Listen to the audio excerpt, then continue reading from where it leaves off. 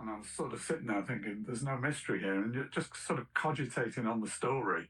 Eventually, I came up with a way that I could twist the story in a different way to make it a surprise at the end. But you don't have to. There's a lot of detective stories that are thrillers, and you know who's done it right at the beginning. And it's just a matter of how the detective catches the guy, And I sort of wanted that mystery angle, but I couldn't think of it until I sort of 3/4 of the way through the book, really.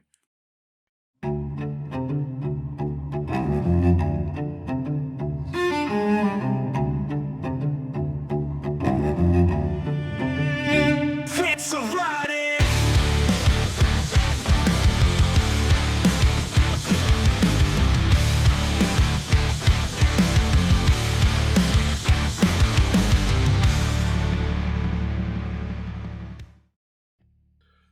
Hey there, Scribbles and Scratches. Welcome to the Fitz of Writing. I am your host this episode, R.M. Johnson, and as always, this is for our creative edification as well as your entertainment. If you guys like the show, you like our guests, you want to support us, go ahead and like, comment, and subscribe on all of our platforms. Find our guests, do the same on theirs. This week, our most humble benefactor and patron, Sir Dr. Duncan Cackworth, Esquire, has brought yet another guest to the show. He is a storyteller from the dregs of IT and big, possibly moderate pharma. I'm not sure, but we'll find out. He's the author of an open book award-winning title, Unnatural Selection. Paul Edge. Welcome to the show, Paul. How you doing? Hi. Very good, thank you. Nice to see you. Well, it's great to have you on.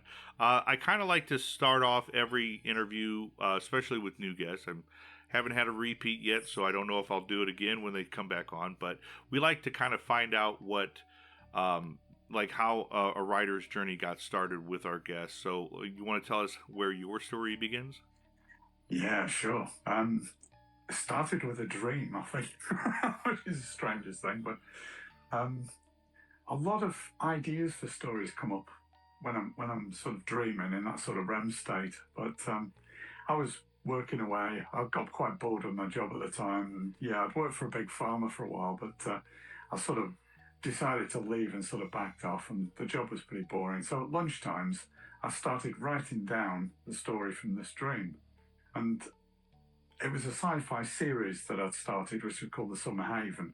There's like a 6-book series there, and it starts with the Summer Haven series, finishes with the Book of Zal series, which is a bit more Lovecraftian and a bit more cosmic. But essentially, it started with the idea of a big virus, and what the hell would I do in the event of everybody turning into zombies or infected people that were trying to kill everybody, and how would I protect myself and my friends from it?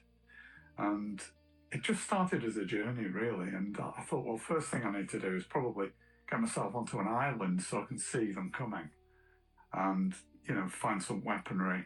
And it all sort of turned around into how the hell would I persuade my friends that I wasn't losing it? And I guess that's where the Summer Haven, An English Apocalypse, my first book, came from, was how would I take my friends on a journey to protect them from the end of the world, if you like, and get them to a remote island somewhere and keep them safe. And that's where it all started. And the stories with me tend to tell themselves a little bit. As I start to write down the story, the ideas start flowing. And I'm absolutely terrible at planning a story in advance. They just sort of flow onto the page, and then I go back and refine it and improve it and keep changing it. So my first draft is my story plan almost, which is where Unnatural Selection came in a little bit different.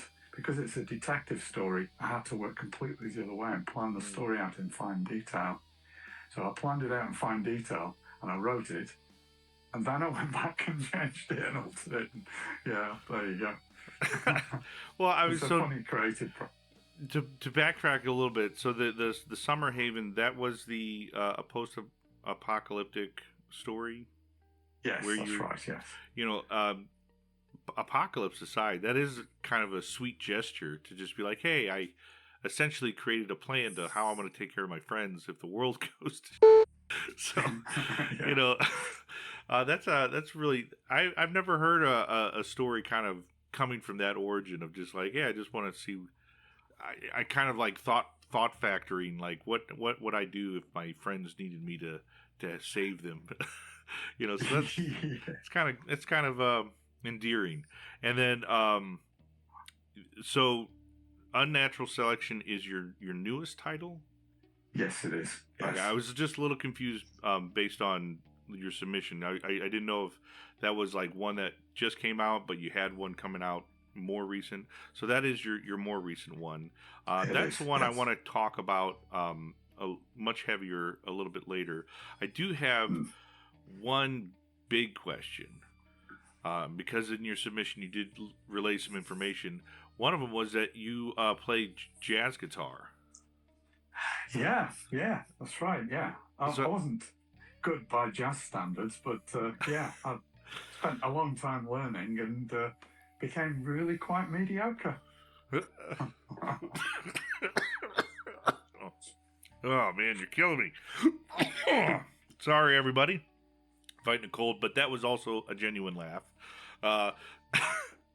So how long did you start playing like jazz guitar before you felt like I'm mediocre?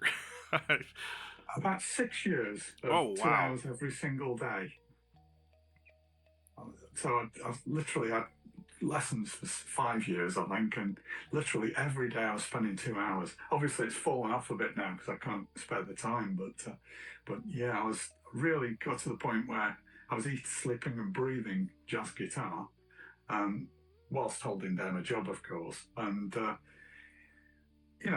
compared with jazz players I listened to, it was actually quite terrible. I could play the chords, I could play the solos and improvise and all sorts of things, but God, these guys are good, Yeah, well, yeah. And that was before you started writing or after or during? A long time before, yeah. I was sort of in my late 20s when I was playing guitar, and when I had my first child, it sort of dried up a little bit. So now I just do it for fun, just have a little play now and again. It's not really a serious hobby now. It's just keeping my hand in and, sort of enjoying it and having a bit of fun. Yeah, well, I mean, Big Pharma must have been boring you. You're like, well, I gotta figure out something to do outside of this job. Well, I'm glad you turned to writing. I think writing is a great outlet for creativity and inspiration. I do want to talk more about the Summer Haven. That is what you classified as your most popular series. Yes. For people that don't know, and maybe we can get some more readers in that, can you give us like an elevator pitch for the Summer Haven? Yeah, sure. The Summer Haven series is an alien invasion saga. It starts off, the first book is about, like I mentioned, a sort of infection that tries to wipe out humanity. A little bit like a zombie plague, but the perpetrator is warned in advance by an alien that it's coming and tries to save his friends. Then the second book takes it into more of a backstory of what actually happened and how aliens were actually trying to destroy the human race. And the third book in the series is a full alien invasion. So it's literally some guys trying to find ways to defend themselves against an impossible odds. So it's a trilogy. Well, that's interesting. It's a trilogy. Yeah, I'll have to look into that. I haven't heard of it, but I'm not super versed in the books that are coming out, and part of these interviews is that I gets to fill up my library, so I'll definitely look into that, especially because the sweet gesture of trying to save your friends it spawned the whole idea. Like, that's a great idea. So I don't want to stick on that too much, just because it is in the past, and we are talking about the new stuff. Yes. What is the Unnatural Selection? Right, Unnatural Selection is a detective story. It's got a little bit of a science theme. Obviously, it was given the title. It's got a Darwin science theme. So the killer is killing people that he believes is subverting natural selection. And so, anybody who is unnaturally extending their life, anything that's messing with genetics. The killer's out to stop them, and the detective is floundering trying to find who's doing the crime. It's a very difficult one to find, and suddenly a Romanian gang gets involved and tries to murder the police officers working on the case in a very gruesome way. And it's a scrabble for time to actually find out why these crimes are happening and to understand the motive behind them. That's really what it is. But it was a hell of a lot of fun to write because I had to think up all these sort of grisly crimes that related to natural selection. And of course, a lot of people from gene therapy researchers and people like that were getting bumped off quite frequently. But it's a little bit of a slow burner at first, and then once the story gets going, it's quite a romp. It's quite a action story as well. Now, am I mistaken? Is this like a period piece? I'm only asking just because the cover art kind of made me feel like it was like an older story. Oh, right. No, it's set in the current day. Okay. All right. It's set around a hall in Mare, which is close to where I live, because it had links with Charles Darwin.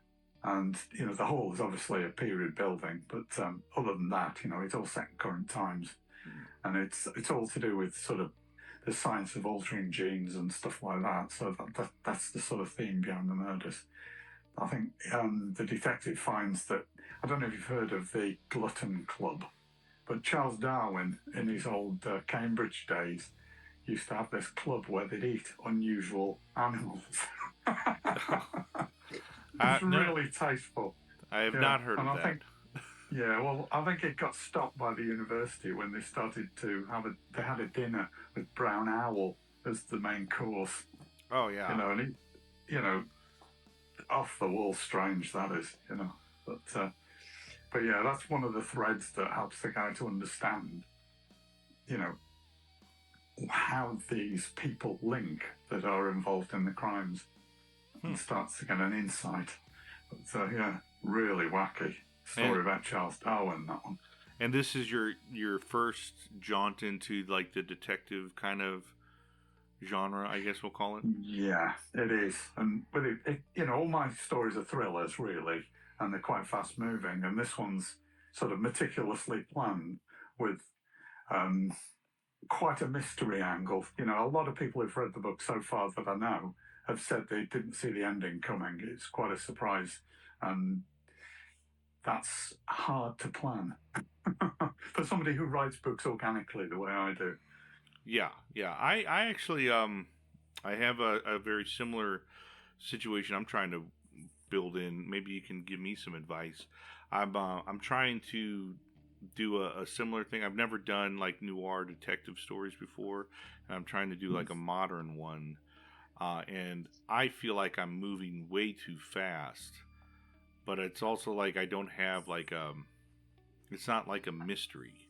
It's just like a detective setting, and I don't know if that's like if that's something that I need to kind of recorrect, or like when you were writing yours, did you feel like you had to have a mystery in there, a mystery to solve? I did feel that way, though. When I was writing, I didn't feel like I got one. And, what I did was I wrote the three threads that wind together into the story separately. And I was sort of sitting there thinking, there's no mystery here. And just sort of cogitating on the story. Eventually, I came up with a way that I could twist the story in a different way to make it a surprise at the end. But you don't have to. There's a lot of detective stories that are thrillers, and you know who's done it right at the beginning. And it's just a matter of how the detective catches the guy, And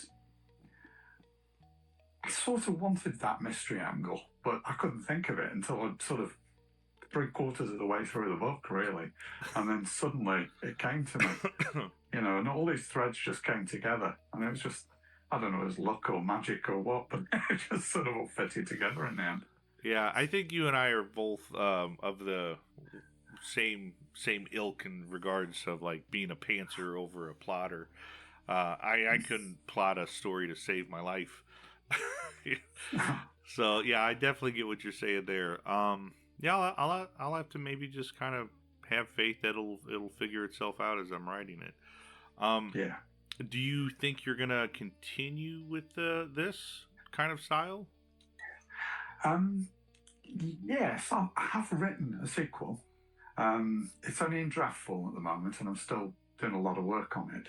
But yeah, but this one isn't a mystery because I couldn't think of a twist at the end.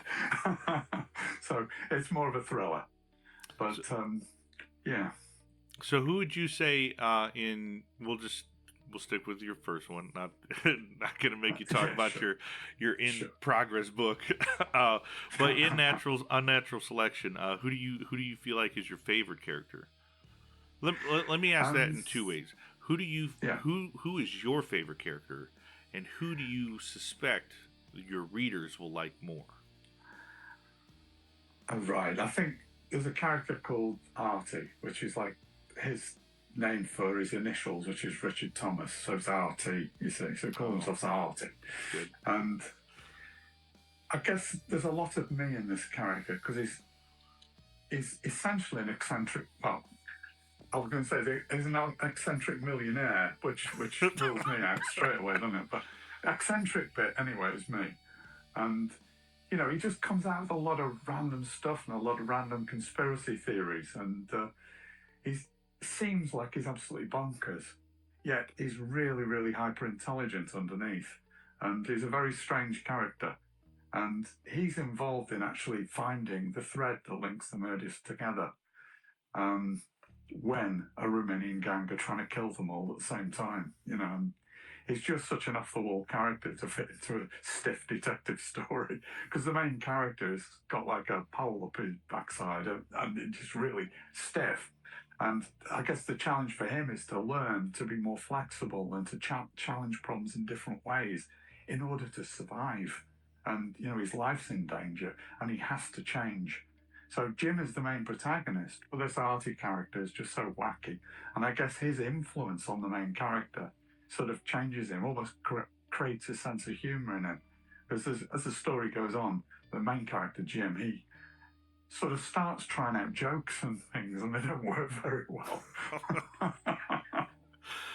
Well, that's a unique skill, is to write a awkward joke. I think we're all for me. I think we're all just really focused on trying to make like a good joke, but yeah, writing an awkward one, at least for me, is difficult because you want it to land. I don't think I could. I speaking in that, I think I also just kind of struggle with writing like awkward people in general. Like, yeah. Do you find any type of character type difficult for you to kind of write? I find this sort of very smooth, confident people difficult to write because it's so far from who I am, I guess. You know, I can be confident, but it's a rubber band that stretches and could snap, you know. It's a difficult one, you know. And I always sort of end up writing them as being a bit horrible, really. Not all confident people are horrible. Oh, yes, we are. We're the worst. We're the worst. We're the worst and we know it. We just don't care.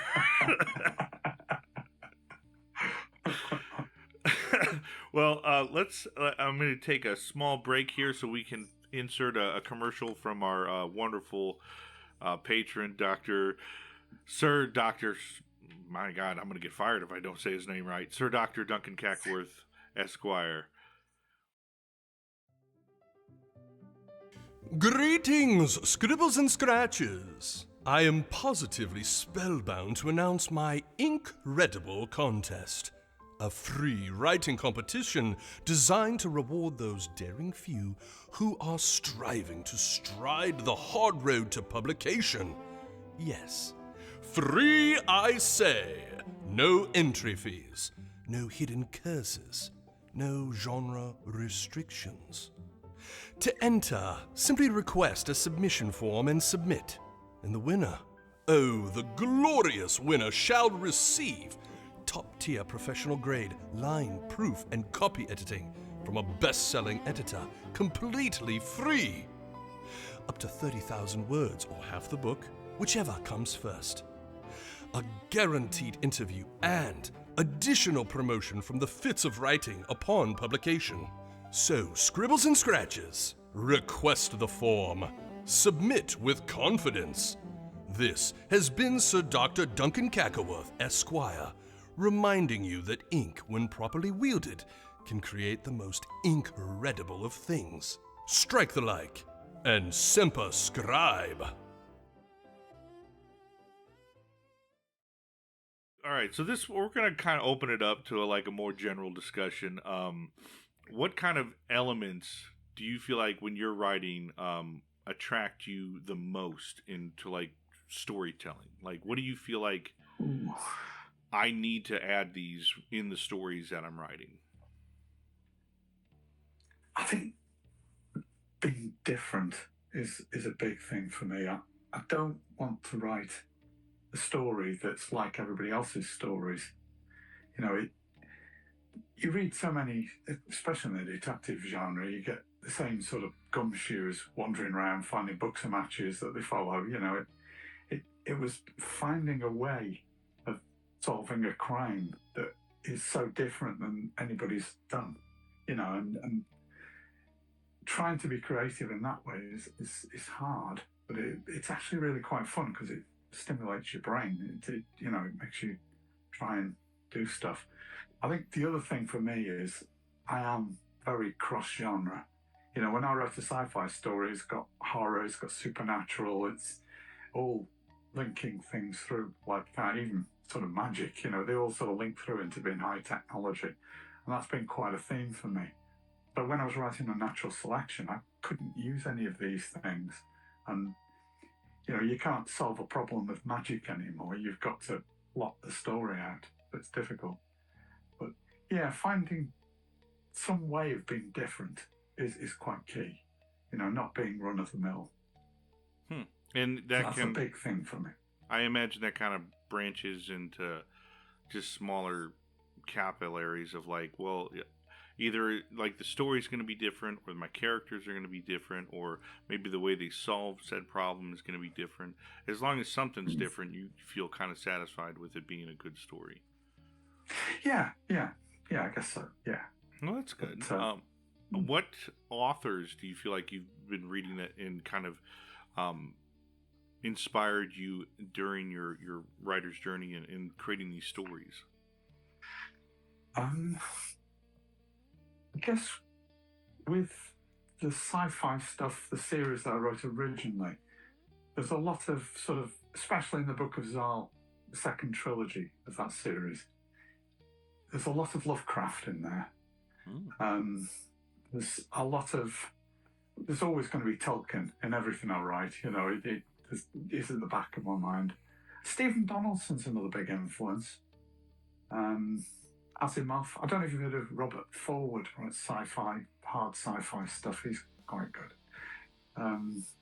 There's a lot of classic stuff in there, really. Old classic sci-fi, and but then, when I look at the book I'm just about to release, it's called Emerald Hinterland, which is a pure fantasy. You can see the sort of Lovecraft in there again, but there's quite a lot of Stephen Donaldson in there too. And I think, when you look at the short story I wrote for you, you can see a thread of the Reanimator in there, a creepy man with a green syringe, Yeah, speaking of that, I just want to take a quick break and remind everyone that Paul did write a wonderful tell-a-tale for us. Please go check it out if you haven't. I believe it's gonna be voiced by our VO guy, JD Trefney. Fingers crossed if he's not too busy. But yeah, go check it out. How did you? We were talking before we started that you really kind of enjoyed doing the tell-a-tale. Yeah, I did. It was really fun. I looked at the picture, and it was like a sort of almost like a samurai scene of an Asian guy walking across a bridge or a walkway with beasts attacking and flying globes of fire. And, you know, when I first looked at it, I thought, I'm not going to be able to make up a story around this. And then I just mulled it over for a few days and just let it rattle around. And in the end, I got this idea, and I don't want to spoil the story here, but just got an idea of, well, what if this story was locked into somebody's mind and he'd shut it out? And, you know, he required the services of a hypnotist to actually reveal the story, you know, and I sort of took it from that angle, which is a completely different way of sort of presenting the story, I thought. You know, it's a little bit of a cliche with the hypnotist, but I just thought it was a bit of fun. And I just sort of started thinking about it a little bit. And then as soon as I started typing, it just flew straight out onto the page. Bang, done. Yeah. It was remarkable. Far more than what we initially asked for. And anyone's, you know, we encourage all, whether it's 2 sentences or 6 pages, we don't care. But yeah, I'm glad you had fun with it. It was something I created, not to be toot my own horn here, but it was something I created before I started working with Sean. And it was like a little exercise where I would basically just look at images and then kind of like if you're a couple and you go to a restaurant and you're like looking at other couples and you're like, oh, what's their story? That's what I was kind of doing with these pictures, is I would just look at it and I go, what story do I see when I look into this? You know, what can I come up with it? What seems interesting to me that other people might not find? I do have I have 2 questions. One's a big one. The other one is more of just kind of like a truthful answer. And it's going to come hard. What do you hate the most about modern literature today? Ooh. I think there's an element of conformity in terms of grammar and the way things are written that is expected. And I find that very difficult. You know, when I write some things, I like to write it in, you know, like when you read H.P. Lovecraft, he's writing his sentences backwards like Yoda sometimes, and I can come under a lot of fire for doing that, and I do it quite a lot, to be fair. And, you know, modern grammar it's moved since I was at school, for example. And I don't know, there's a lot of expectations on what should be in a story and what shouldn't. And I think a story should be just a creation, and it is what it is, and you either like it or you don't. And I think, you know, let people be creative and let them flow, and don't put expectations on how they should write it, you know. The good ones float to the top and the bad ones sink, don't they? Let's be honest. Yeah. I mean, if we're going to quote Stephen King, you know, the fastest way to immortalize a bad idea is to write it down, and I think that's what a lot of people do. Yeah, I think I'll agree with you on that 100%. I feel sad, and I don't want to say I feel like it feels difficult. To me, it just feels sad. Like, it feels sad that, like, we as a culture are kind of diminishing our own capacity for language and the love of it, and the one, like, it's almost like the magic is sometimes stripped out of writing, because people are like, well, don't be too flowery, you know, keep your sentences short. And it's just like, well, yeah, but also no. Yeah. So it's good to hear that I have someone else in my corner of, like, bring back old language. Let's confuse ourselves by talking. Yeah, absolutely. Yeah, I'm firmly in the camp of you know, Shakespeare created his own words. I feel like we should have the freedom to mess with our sentences, structure a little bit, you know. So the big question I have, which I have to apologize to you for, because I was supposed to send this in the package we sent you, and I was supposed to give you a little bit of time to prepare for it, but I am a fool stricken with ADHD, and I tend to forget things, and I did forget to do that, and I apologize, but I'm going to ask you anyway, and I'm going to put you on the spot. Hopefully you come up with a good answer. So the big question is, how do you approach character development in your stories? I use the Jim Carrey approach. I think every character is a bit of me, almost. Like, I sort of try and wall it off, but they just sort of evolve by themselves. If I look at the characters in my story, in Unnatural Selection, there's a police officer that is quite stiff and quite rule following, and there's a bit of me that's like that. There's Artie that's absolutely off the wall and zany, and that's me too. And then there's a policewoman who's really quite almost a military sort of precision type person that manages and analyzes, and she's quite harsh in some ways. But I think they're all facets of my own personality. I think that's one side. The other side is then you look around you and see people, don't you? Like people watching, like you were talking about before.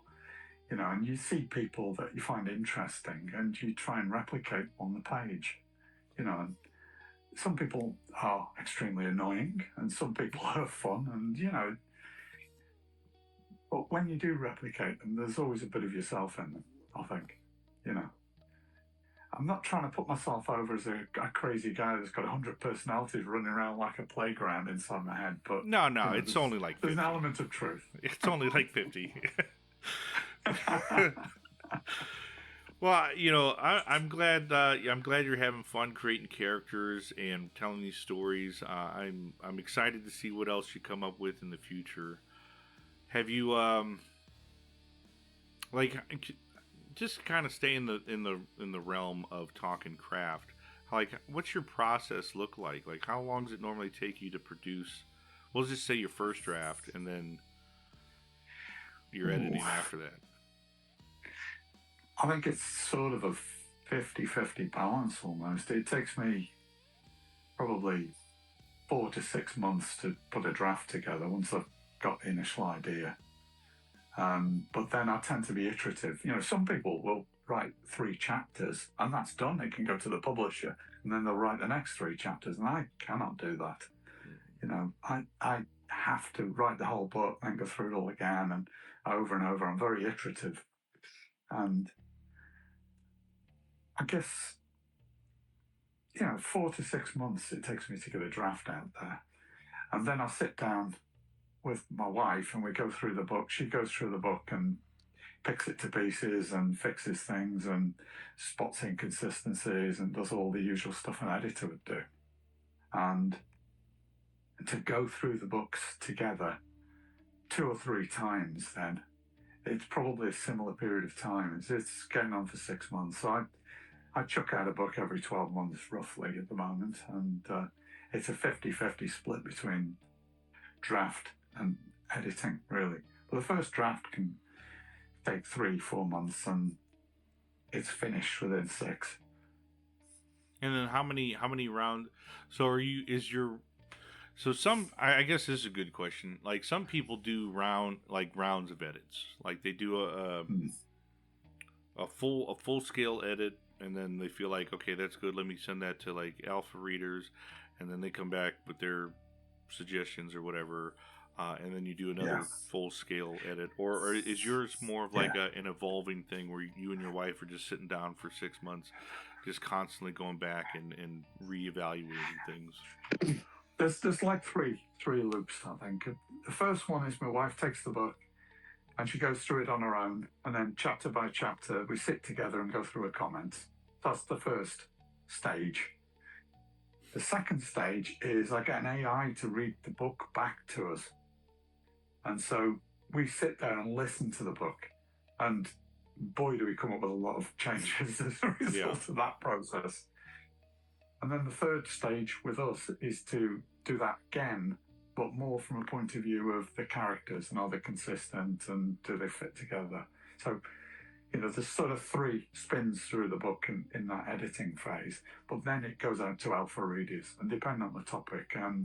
The detective story, I've got a couple of friends who are really into detective stories, and I send it out to them and they come back with comments which need to be fixed. I think the story I've just finished is a fantasy, and there's a little bit of a flavour in that fantasy in my Tell a Tale story.